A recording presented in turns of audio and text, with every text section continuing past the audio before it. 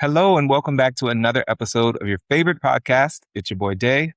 And I'm David, and together we are just two Antifa gutter goblins. This is Call Me Limbo. I was at so it's called the Santa Fe Art Walk, is what it is. It's a street, it's an art district here. And every first Friday of the month, they have an art walk. And it's great. All of the galleries are open. It's a lot of fun. They have vendors set up. I was volunteering with Dr. Lisa Calderon, past guest, current mayoral candidate. And there is a coffee shop in the Santa Fe Art District called, I think it's called Drip Coffee or Drip Cafe. Drip is in the name. And they proclaim to be like a cafe with like Christian values. But they espouse a lot of anti-LGBTQ rhetoric. And so every first Friday, the Denver Communists, and there's this band that gets together and they just play like fun, like queer songs outside of this cafe as like an act of protest. And it's so much fun. But every once in a while, there will be these like right-wing influencers who come out of the woodwork and will show up to the event just as agitators. And then they'll like go into the cafe as well. It's used as a community space for like right-wing organizing, which is a little like kind of scary knowing that this is in like the heart of the city, basically. But one of the comments on this like right wingers videos that I saw was like basically like, I'm surrounded by all these Antifa gutter goblins. So thank you so much. Thank you. Yeah, I was like, oh, that's hilarious. That's hilarious.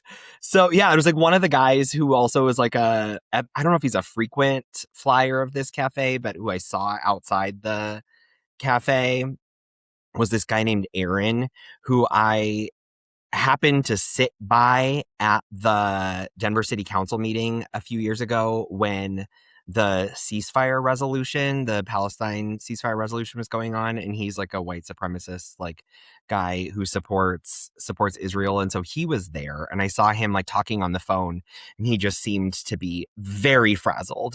And like when I was like walking through, like with like taking campaign stuff back to this volunteer's car, he was like, you got to be careful. There's like a lot. And I was like, it's a band playing Pink Pony Club. Like, this is not a dangerous group of people. It's a person with a tuba playing Pink Pony Club.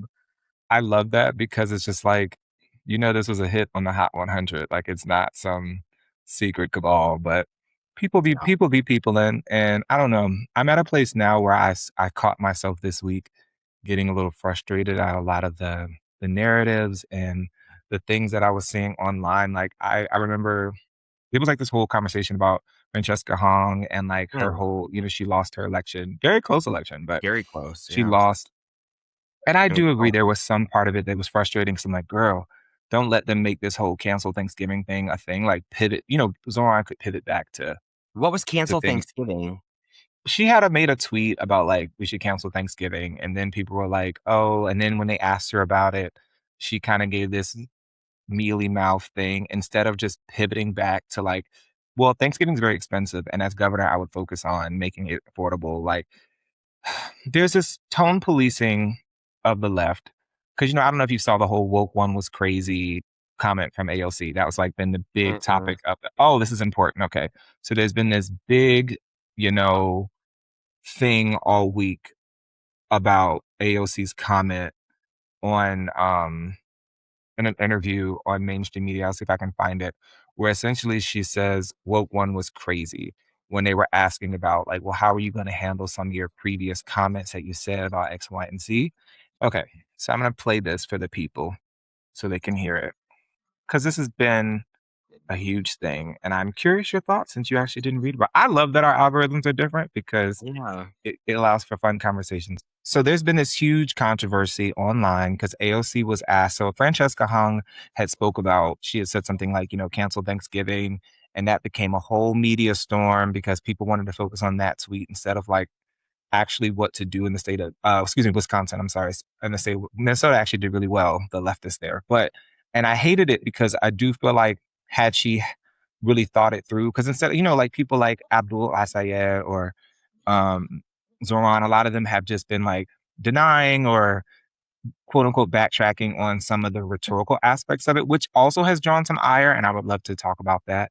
But AOC's defense of what made things different, or how does she feel about some of the past tweets in like 2020 in the woke one era, this was her comment. And this is what's gotten people fired up. So let's listen to it.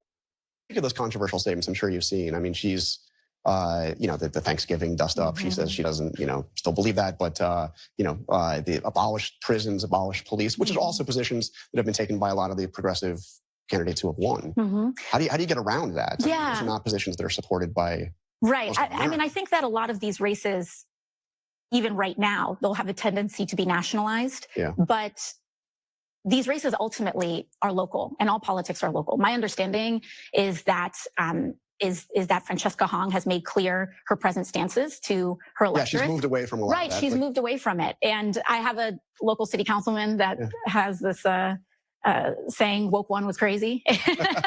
Woke one was crazy. Okay, that's and I think that what's important is that we have to assess what was it. I mean, did the movement go too far with some of those positions? I mean, you briefly supported the idea of defunding the police. Well, I think that during this time and especially during COVID, there was a huge opening of the overtime window. We were shut down. There was some of the highest unemployment rates that we have seen because of those shutdowns. Yeah. And I think that the doors were really open in trying to entertain any and every policy that was going to get us to a better place. And I actually think that the discussions that were had in that time were quite fruitful. I think that when we talk about crime today, it's fundamentally different than the way that we talked about crime in bringing crime down, right? Mm-hmm. And I think that we all share in the goals of having as low a crime rate as possible. I think that, during lockdown, of course, rhetoric in that time is not rhetoric that we would use today. And I'm grateful that these candidates had the opportunity to present who they are to their electorate and what they're campaigning on in this moment. All right. So that was her piece there, which was like a firestorm of people on all sides of the spectrum. One, I have to give this lady credit. Love her or hate her, it is sometimes it does amaze me at times the way that she is able to create a firestorm of conversation around sometimes stuff that I feel is somewhat, it wasn't even that. There's a deeper conversation that could be had, but the way that this spun so much, it was almost like a Rorschach test in terms of like how people were feeling about things. Like it made me think this. So we had recently watched and we talked about maybe doing a separate segment. It was a Piers Morgan interview with Oliver Larkin, who's I believe running in Florida, Brianna Joy Gray, former national press secretary for Bernie Sanders, Marianne Williamson, former podcast guest, as well as TV award winner. Yeah, Phoebe Award winner. And it was another Republican man, I'm forgetting his name. And it irritated me because it really highlighted something for me, which was I noticed that when it comes to right-wing positions, right-wingers are frequently permitted to go on quote-unquote liberal and right-leaning publications and television and make the case for their positions, no matter how I might view them as abhorrent or extreme, whether it be all banning of any type of abortion, whether it be mass deportations, whether it be misogynistic policies, racist politics, etc.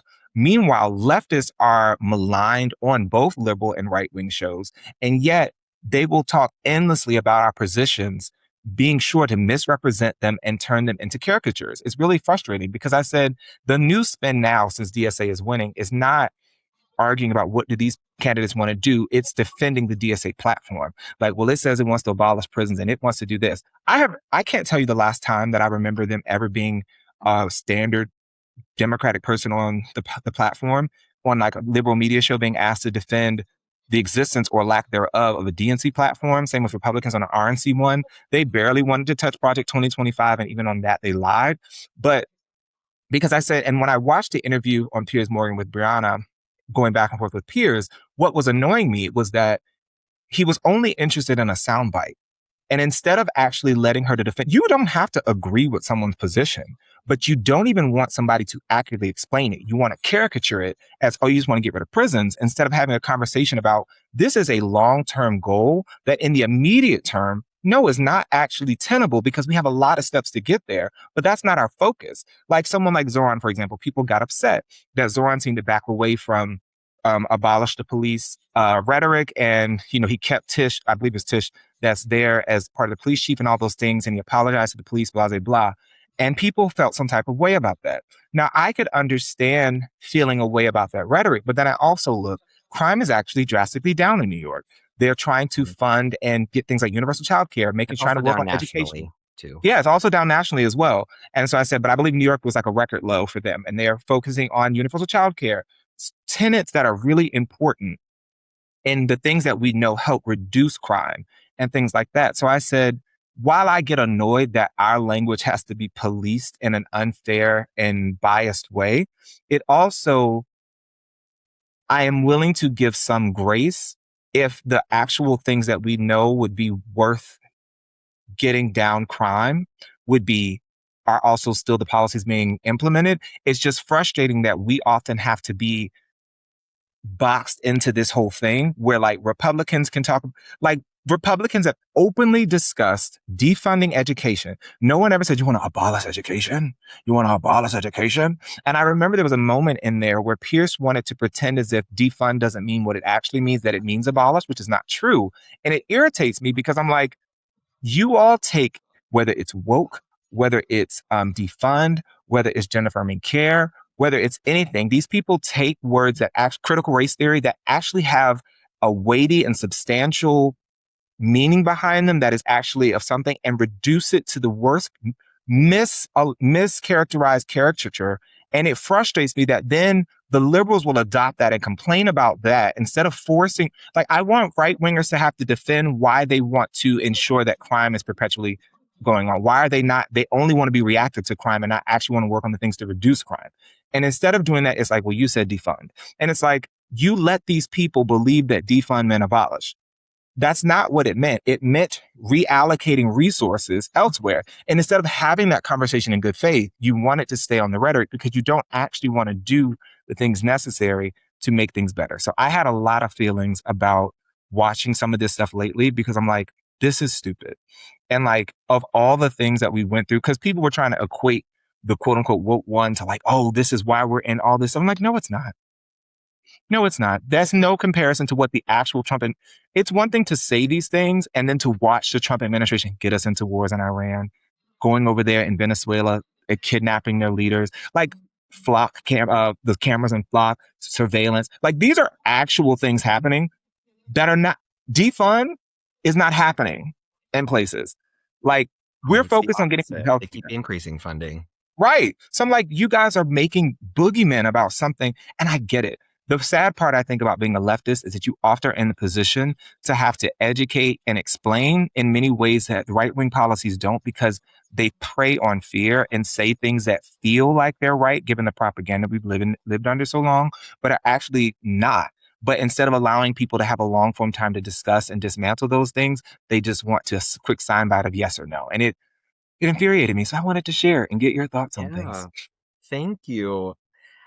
I don't get it. I don't get what woke one means. I saw for people who were watching the video, it said woke 1.0. I don't get that. I don't understand what that means. Like, is it like your first version, like your first idea of becoming 2020 woke? Yes.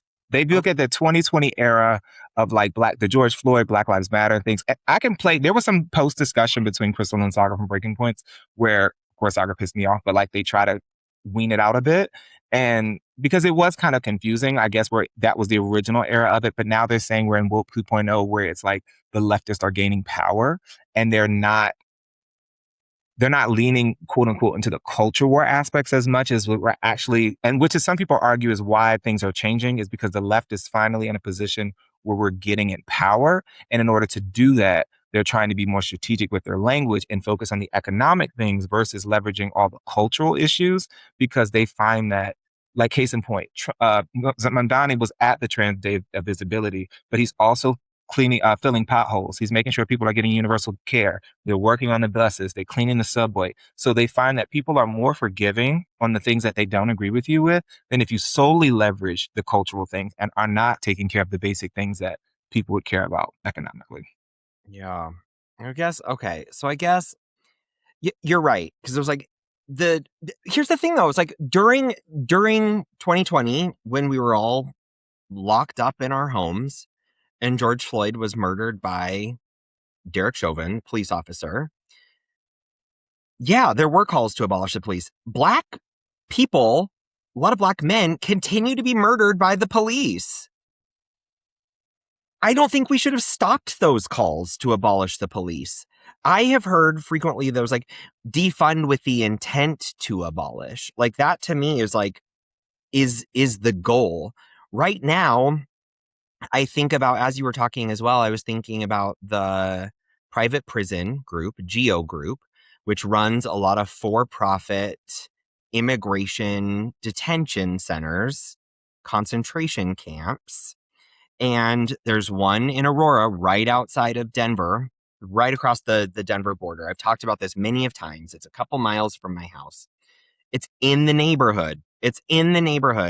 And there was not only a tuberculosis outbreak in this facility that the public health department has been asking to go into the facility, and the GEO Group will not allow public health inspectors to go in. And now there are reports, I'll link to this in the show notes, but now there are reports of like noxious gas coming into the facility. Remember that from history class? Like, the same thing is happening to people right now as happened during the Holocaust. The same thing is happening to people that happened during slavery. The same thing is happening to refugees and migrants who are being packed onto boats in unsafe conditions, and then the boats that are in shitty condition capsize and hundreds of people die. I also don't want crime. But I was like, to pretend that like we have to soften our rhetoric. I know that abolishing the police does not poll well. Neither did gay marriage 20 years ago. But guess what? It does now. Like, we have to stay true to our messaging if we actually like believe in these things. Yes, I think it's great that more progressive people, democratic socialists, I don't think that's as far left as you can go. There's anarchists, there's communists, there's like democratic socialism is the compromise. That's the compromise, to elect people to positions of spicy, public friend. health. Talk about that. You getting spicy? Talk about that. Violence is an answer. Violence is an answer that has historically worked. Setting police stations on fire in Minnesota when George Floyd was killed worked. Having the United Healthcare CEO murdered got a lot of claims, health insurance claims, to be approved. That worked. I hear that. But that then worked. It's like, electing these people, they haven't even been appointed in power yet. These people have not even been elected yet. They've won their primaries. They have not even been put into power yet. And so to think that we have gone so woke, oh my God, like, yes, Zoran's done some great things in New York City. I think that Lisa Calderon could do some great things in Denver if she were elected. I think she's got a great chance. It also was just announced on Thursday, August 13th, when we're recording this, that she's the first mayoral candidate to receive public funding from the Fair Elections Fund from the city. Raised in the first 2 quarters over $120,000 in fundraising. That's amazing. Amazing. Exponentially higher than the next person who is fundraised. I'm not saying that electoral politics can't work. I'm just saying that, like, we've won the primaries. We need to get these people elected in the general election. And then these people who espouse these progressive beliefs need to do something, because if they don't, then again in 2 years, like, I'm guessing that there will probably be a Democratic president and then probably some sort of swing with Republicans. It's the same shit, different day. It really is. We just go back and forth. And that's why I was like, I am at my like final point of like, okay, if we can get, I am willing to give it until 2028. If the Democratic Socialists on the national level, on the local politics, I agree with AOC. All politics is local.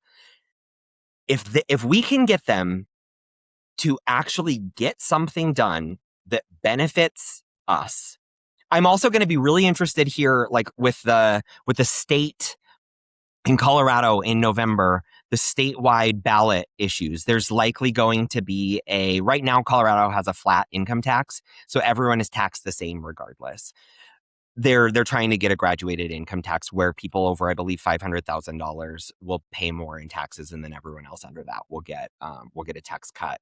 So that's most people, but it will be expected to raise millions of dollars in tax money. So it's like, for me, I tend to believe that there are more results in not only acting directly and acting individually, but also by putting issues to the people, by literally directly, like, citizen-led ballot initiatives.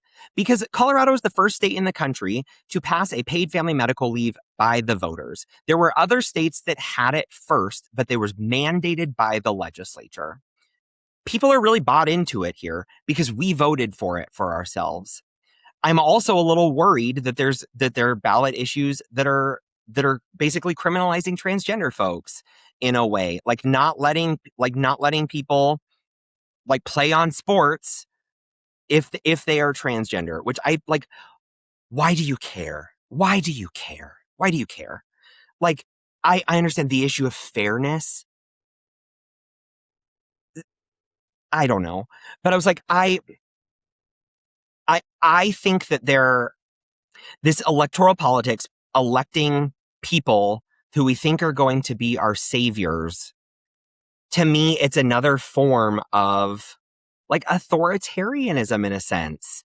Where, like, yes, these people, we place power in these people, but they have to do something with it that benefits us if we're going to continue to uphold this system. Otherwise, like, it really is time to just tear it down and either not have a system or completely start over. So that's my woke 2.0 and 1.0 and 1.5. Yeah.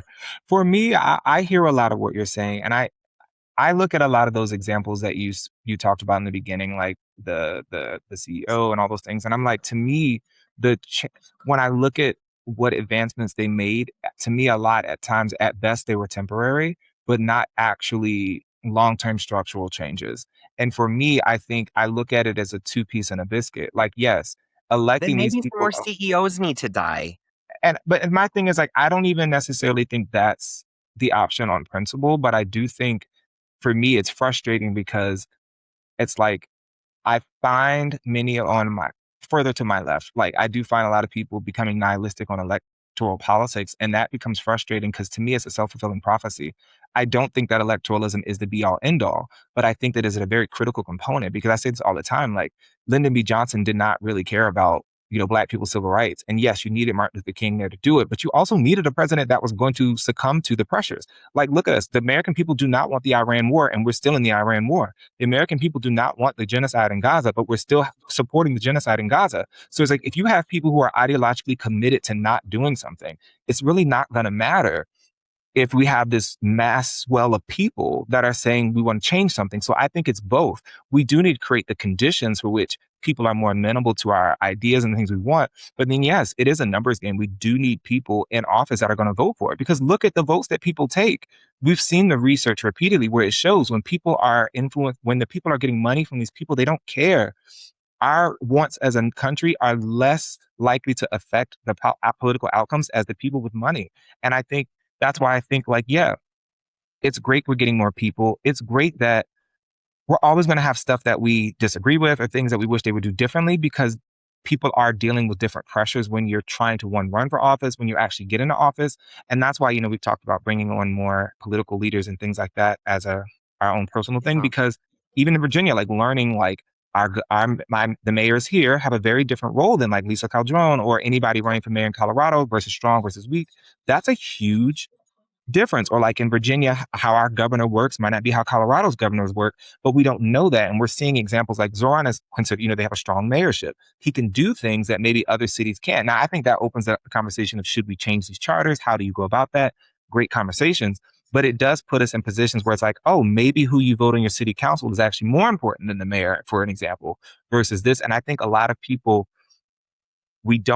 there's a lot of lack of political education intentionally done, I think, by these people in power, but also recognizing that once we elect people, the work isn't done, it shifts. So like, yeah, we got so-and-so in the power, but now we have to not only keep them in power, but we still need to be working on on outreach, on education, on certain issues, making sure that we make the job as easy as possible for them to carry across the finish line, because they're going to work. I mean, Zoran got elected and yes, he's doing great things, but there's still a lot of obstacles and opposition to what he wants. Thankfully, he understands, I think, power dynamics in an FDR way, because I think that's something that we discount too, that people like FDR, that people point out as like great leftist leader, they were very cutthroat and brutal. And that's an aspect of leftism that I don't think is often talked about, because by default, we care about humanity. We want to do things. We want to be loving and respectful. And I think that's good.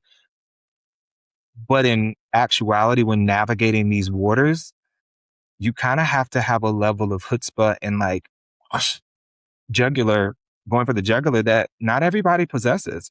I sometimes think that the right has that a little bit better, because I think they have a feeling or understanding that maybe their positions are less popular. So they always feel like they're on the defense. I don't know. I just, based on my own anecdotal conversations with conservatives, that tends to be something they have a little bit more fervor when it comes to. But I agree with you. I would much rather get to a place where we are getting people who come from everyday positions, who have the ability. I think it's a talent to govern, just like I think it's a talent to run. Those are two different skills, but I think both are important. And then we have to have people, once we get them there, they have to feel a level of support. Because I think when people are the only person in that office, or they feel a sense of like, dang it, nobody has my back. I know this becomes like, well, we have to care about people's feelings and blah, blah, blah. I'm like, you don't understand human psychology then. Like, as an IO psychologist, think about this all the time. The conditions with which people work had a huge impact on their work that they do. And it's like, you have to feel a sense of being isolated is very hard for people to work in. And especially for people, I think, that share our sentiments, because a lot of these people might believe these things, but once they're faced with the fear of X, Y, and Z, it can be hard, especially if you feel like, dang, I'm getting attacked by the people that agree with me and from the people who don't.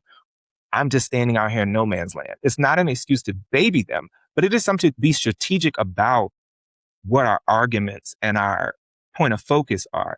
Like, I don't think anybody's above critique or reproach, but do I think sometimes certain people in our cohort over critique and under praise? Yes, because I think both the carrot and the stick approach are necessary. And then sometimes I think like, ooh, I would wish this person would do more of this. And then I have to step back and think, is focusing on this going to help or hinder the agenda? Are they going to get wrapped up in this? Are there ways they can still do this without making this a focal point?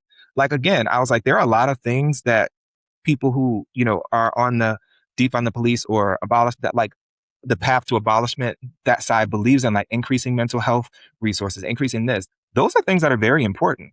So if somebody says if somebody chooses not to use the rhetoric of defund, but then I see them increasing mental health resources, doing these things, is it still a win? Yeah, Or do totally. they have? But some people don't feel like it is, because rhetorically they're not saying it. And I feel like that's where I feel like the left is currently navigating. What is it like to not just be a rhetoric mouthpiece? Because now we're getting invited on CNN, sparingly, but we're there. Now we're getting invited in places that never wanted to have us. So we're both learning, how do you navigate media that is very hostile to you? And how do you navigate trying to win statewide elections, not just local? We're doing statewide at this point. And then how we handle the national politics and the wins. And that's all being tested in real time. You have an Abdullah Saeed, wonderful. You got a Zoran, but then we lost a Francesca Hong. Or we have this, They have a we Malak have that. hero. We have a Milot Kiros, love that. But then we've also lost some other people. So it's trying to navigate, and maybe in each state, it's a little bit different. Maybe the Wisconsin base is very different than the Colorado base or the Virginia base and Florida base. And I think we should all be working to figure out, how do we navigate this together if the goal is to get as many of us in there as possible? And right now, to me, that's important. And some people say, well, it's all about winning. You're treating it about winning. And I'm like, to a degree, yes. Because if we don't have the people in there and they lose, I'm all for, pushing the narrative. But I'm like, we went through 2-3 presidential cycles of trying to do that. Just pushing, the people aren't the problem at this point. Like Bernie doing what he did and being on the altar of trying to get us to move on Medicare for all, et cetera. People already agree with that. So now we need to win. We need to win. And I know that sounds cutthroat, but I'm like, that's what liberals and right-wingers understand. They understand, yeah, people can say whatever, but do they have the power to do it? And that's kind of where I guess I find myself, but open to critique, open to shifting my mind. But I kind of find myself in a place of, we got to get power. Otherwise, we're going to continuously be in this cycle and look unserious, because people love to say, oh, but how will it ever work? How will it ever work? This is pie in the sky. This is this. It's like watching that interview with Piers, which I really hope we get to do a segment on. Like, I was so pissed off at the condescension that it makes me happy that there are certain examples that are starting to be available for us to point to, that look how successful this can be if we want it to. Because now you can't deny, I mean, they can try.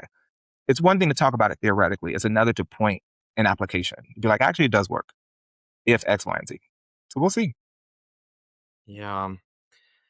I don't know. I have a few more thoughts too. Yeah. As you were talking, I was like, Councilwoman Chantel Lewis, past guest, 3-time Friend of Phoebe Award winner, and current mayoral candidate as well. And I has said before too, she was like, I refuse to govern alone. Like, I refuse to do this by myself. And I so, like that. and she has, and she's gotten people involved in basically serving with her.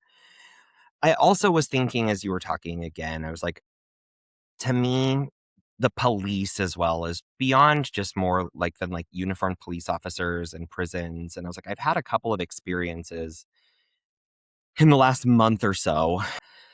I was invited to an opening of a medical spa a few weeks ago. And while I was there, I saw 2 Black Hawk helicopters flying over the city of Denver. And then I said, oh my God, like, and I said, I don't know why they're doing that. And I said, actually, I do know. And this woman said to me, she was like, well, why do you think they are? And I said, I think they're trying to normalize us to being in like a surveillance state. And she said, yeah, I guess this would like desensitize us to like military occupation. And I said, if we are not at war, why do we have wartime machinery in the sky flying over us? And then yesterday, or on Wednesday, I was at the Botanic Gardens. I saw a concert there, Trombone Shorty. It was so much fun. I'd never seen a concert there. And again, a Black Hawk helicopter flew over the Botanic Gardens. And I was like, for me as well, I was like, why do we have military bases all over our own country? We have over 800 military bases all over the world. And it's to proclaim global dominance and supremacy so that we can continue to exploit resources from people. And God forbid, like, people revolt like they did in 2020, and then they call up the National Guard and they call in more police to respond to people violently. The city and county of Denver has paid out millions of dollars in police brutality settlements for the way the police behaved during those protests. The police are continuing to be violent. The military is violent. People can choose not to join the military. I know that that is coming from a place of privilege when I say that, because a lot of times a way out of poverty for people is to join the military and to get housing and food and like consistent benefits and healthcare. I know that that's a reason why a lot of people do it. And also, like, we need to be creating systems for people to be able to, like, successfully opt out of having to do that. That's what I mean when I talk about, like, abolishing the police. It's a police state. Not only is it removing these cameras, like the flock and axon, and I think that that's a universal, like, political agreement. Like, I was like, I know a lot of Republicans who don't like these cameras because they view it as a violation of, like, privacy. I haven't told you this yet, but I got re-invited to the Republican Lincoln dinner out in Western Colorado again in a See, month. first time is research. Second time, we checking some things. I don't know, friend, but I'm excited. Yes. So I will report back on, like, what that experience was like. But I was like, oh my God, okay, I got a return invite. So I was like, wow, like, they don't realize that the anarcho commie that they're so afraid of is eating the tossed salad at at the table right next to them. And so that's the thing. It's like, people are afraid of what they don't know. People are afraid of what they don't know. And I was like, it's easier to just say, just throw them in a cage than it is to think about, like, I don't know, rehabilitation. Mm-hmm. I'm actually, this episode is fun because I feel like it's one of the few where we like get to debate and we're not on like 100% agreement. And Yeah. so I'm going to say this statement actually as someone growing up in a military town. And so, because even when you were explaining, I was like, oh, they do that all the time. But I want to explain my thought on it and get your thoughts. So I don't think you're wrong to be uncomfortable with military hardware kind of becoming normalized in civilian spaces. I just don't think that seeing a Black Hawk automatically means it's for surveillance. And I'm gonna explain why. So, like, growing up around the military, you kind of see this stuff constantly. And for my friends that I've talked to, they say it's because the pilots have to train, crews have to maintain readiness, and the National Guard units have like domestic missions and aircraft have to actually fly. But what I thought was interesting about what you said is like what does happen psychologically when militarized equipment becomes so commonplace that we kind of stop questioning why it's there. Because to me, those are two different things. Like there's, ooh, that helicopter is surveilling us. I feel like that we would need like evidence to kind of support it. But like Americans have started to become accustomed to an enormous military and surveillance infrastructure around us. I think that is a very defensible argument and something that's really interesting because I would admit, being here, like I don't live in the exact same city where I grew up. And the city where I grew up, jet noise is literally commonplace. When I moved, even though it's one city over, when I go back now and I hear it, I'm so aware of it because I've gotten used to not being there. But when I lived there, you would just literally stop. Like I did a play outside there and it's where the play was is closer to where the base is. And you would just stop. Like you can be on stage and you just stop, wait for it, and you keep going. And it's no one blinks. And so I think a good analogy when I was listening when you were talking, I was like, I think like a fire truck driving around town when nothing is burning isn't evidence that the fire department is watching you. But some of what you're seeing is like the preparedness of the infrastructure. So I'm curious.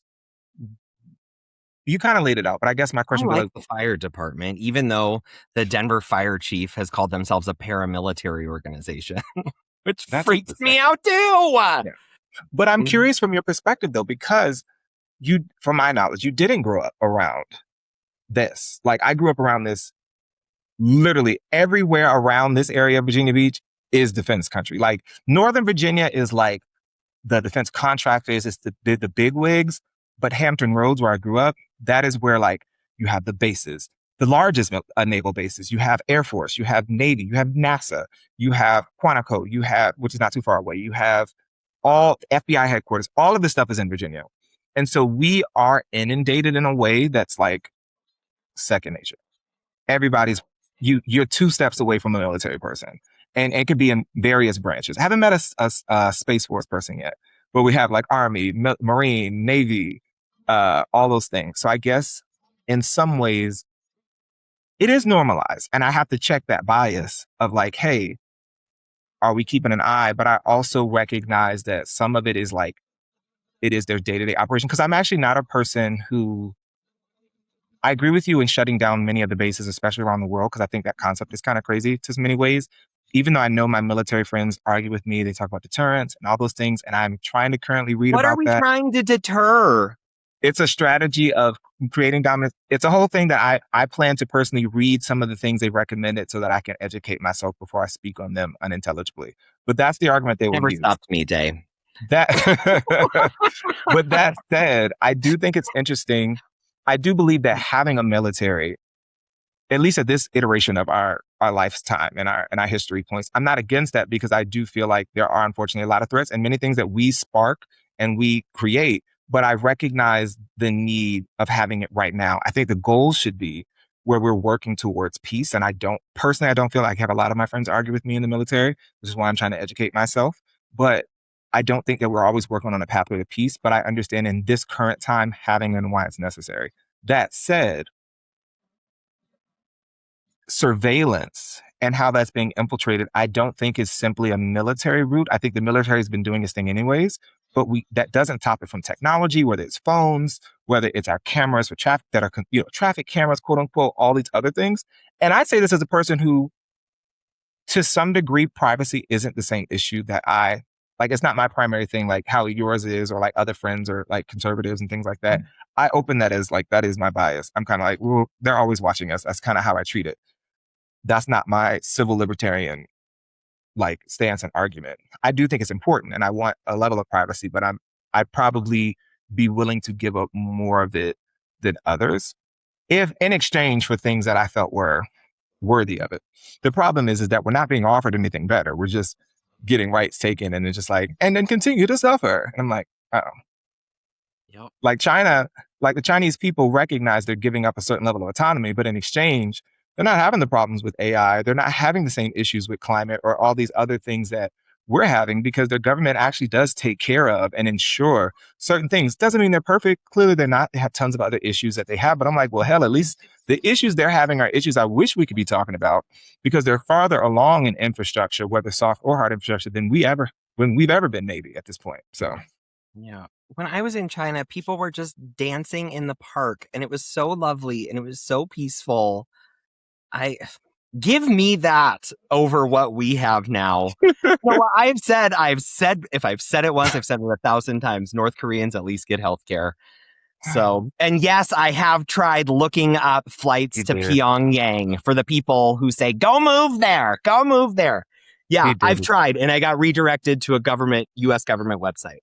But anyhow, I agree with you. I do think that the goal is to work toward peace, and we will continue to have conversations like this and maybe directing us towards peace. I also need to recognize a couple of people who have been supporting us recently. We've been in the midst of our summer subscription season for a couple of months now, and Lindsay W. and Jessica W. heard our call and they took action. Our newest Patreon members, thank you to them. Lindsay's my friend who's written in a few times, and we grew up together. I've known Lindsay since I was like 4 or 5. And you know Jessica. Yes, Jessica's amazing. I will confirm, I don't want to put too much of her business out there because I know everybody. And if you ever do sign up for Patreon and don't want us to shout you out, please just make a note or let us know. We want to protect your privacy. But if I get confirmation, if she hears this episode, that I can kind of share what she does, she's incredible in that space, I will definitely do that. Love her. Love the support. She's given great feedback on the episodes, and that's my favorite stuff, when people listen to the episode and give feedback. Had a friend of mine like share one of the clips recently, and that just makes me super happy, because I know that politics can feel scary, or I don't know if I want to talk about this, but we have to. And David and I have been working also to like interject other episodes that aren't political, so that you can share them with friends, and especially if they're gay themed, because we are the gay agenda. But it's really fun. So it means a lot to me that people care enough not just to listen and support, because the numbers have been strong lately, which I'm grateful for, but to actually financially invest, because that's like, I don't take that lightly. So thank you so much. Yeah, no, definitely. Thank you. And if you're a Patreon member, we will take your feedback and your thoughts way more seriously. So those of you who are Patreon members, feel free to send us feedback. We will read it and maybe respond. Yeah. Or topic suggestions. We've done episodes based on topic suggestions from our Patreon. That stuff is fun, especially if you get it to us early. Like we typically record Wednesdays or Thursdays. So if you can get it to us early, I love that type of stuff. Like I had other stuff to talk about. We'll probably talk about it next week, or maybe we'll do little segments for y'all. But yeah, that stuff is fun. So well, thank you to Lindsay. Thank you to Jessica. We appreciate you. Other ways that you can support us are by sharing this episode with a friend, rating us 5 stars on Apple Podcasts, Spotify, or the platform where you listen. You can get in touch with us at Call Me Limbo Pod on Instagram, Twitter, TikTok, and Threads. Send us an email at callmelimbopod@gmail.com. Go subscribe to our Substack. Read some of our written work. I can't believe I'm going to say this, but it's like I took a mushroom for the first time. I went outside and talked to the trees. I didn't leave the house other than to go outside and water the trees and talk to the trees. But I did some journaling of like, I wrote 27 pages in my journal and I wrote a lot. And I was like, I thought about maybe sharing some of it on Substack. So if I do decide to share my hallucinations and my psychosis with the world, it will be on Substack. And you can go read that by going over to callmelimbopod.substack.com, or you can support us financially by becoming a Patreon member like Lindsay and Jessica did by going over to patreon.com/callmelimbopod and contributing at one of 3 levels. $2.35 a month, $4.69 a month, or $14.95. And I'm going to tell y'all now, because now it's accountability. I am going to be writing. Those who know me. I used to write about music. That was my job for a while. I'm actually going to be writing about music on Substack because I miss it. And so I have an idea. I have a couple articles, but you definitely want to be prepared because in the next month, there's one that I'm going to drop that's really important to me about a seminal album, very important album that I want to revisit, an era that I want to revisit. So yeah, make sure you're signed up because you don't want to miss it. Yes. Well, I'm excited to read that. And people can also send one-time contributions on Venmo and Cash App if they don't want the commitment at Call Me Limbo Pod. And, Day, it's like I always say, I wrote it in my journal the other day in the 27 pages. So I'm always saying it. It's coming out of my mind and onto the page. I can control the weather. Are you Storm? What is this? The Captain Planet? The hero? I did unpack this with friend of Phoebe Award winner Caitlin, my therapist. And I said, I don't know if I can necessarily stop tornadoes, but I can dictate the type of day that I'm going to have, my emotional weather. I like that. Now that is very true, my friend. I like that. Well, y'all, I think that is a beautiful place to stop. Remember, we love you. We thank you for listening. And of course, remember when they go low, we control the weather. There you go. So call me Limbo. Bye. Bye.